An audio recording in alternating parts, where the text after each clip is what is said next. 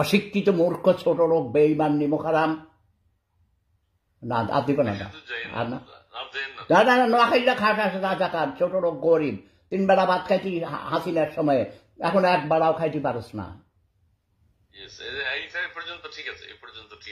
এই জন্যই তো সাথে না ওই যে ওরা কেন সেদিন কক্সবাজারে গেল, আমাকে শুনলো একজন বলতেছে, কয় যে দাদা ওরা তো আপনার থেকেও বেশি ইয়ে হয়ে গেছে, আপনার তো কোটি কোটি তরুণী পিছিয়ে পিছিয়ে ঘুরে, ওরা হলো 4 জন হলো পুরুষ, 1 জন নারী, 1 ফুল 4 মালি। হ্যাঁ, এই ব্যাপারে তুমি একটু বলো।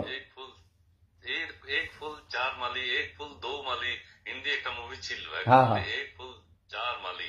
আচ্ছা, যাই হোক, কক্সবাজার যাওয়াটা অনেকের কাছে খুবই দৃষ্টিকটু মনে হয়েছে, দেশবাসীর কাছে দৃষ্টিকটু মনে হয়েছে। সেটি হচ্ছে 5ই আগস্ট তাদের ভাষায় একটা বিপ্লবের দিন নাকি, অনেকে শহীদ হয়েছেন, অনেকে আহত হয়েছেন তাদের ভাষায়। তো সেই দিন তাদের মিলাদ মাহফিল করা ছিল, মোনাজাত করা উচিত ছিল, শহীদ পরিবারের সাথে সময় কাটানো উচিত ছিল, কিন্তু সেই দিন তারা বিনোদন বিহারে গিয়েছে কক্সবাজার স্ট্রু মার্চ, এবং দেশবাসী এটা ভালোভাবে নেয়নি, তাদের কথা অনুযায়ী তারা ভুল করেছে বিষয়টি। এখন নানান ভাবে এটিকে ব্যালেন্স করার চেষ্টা করা হচ্ছে।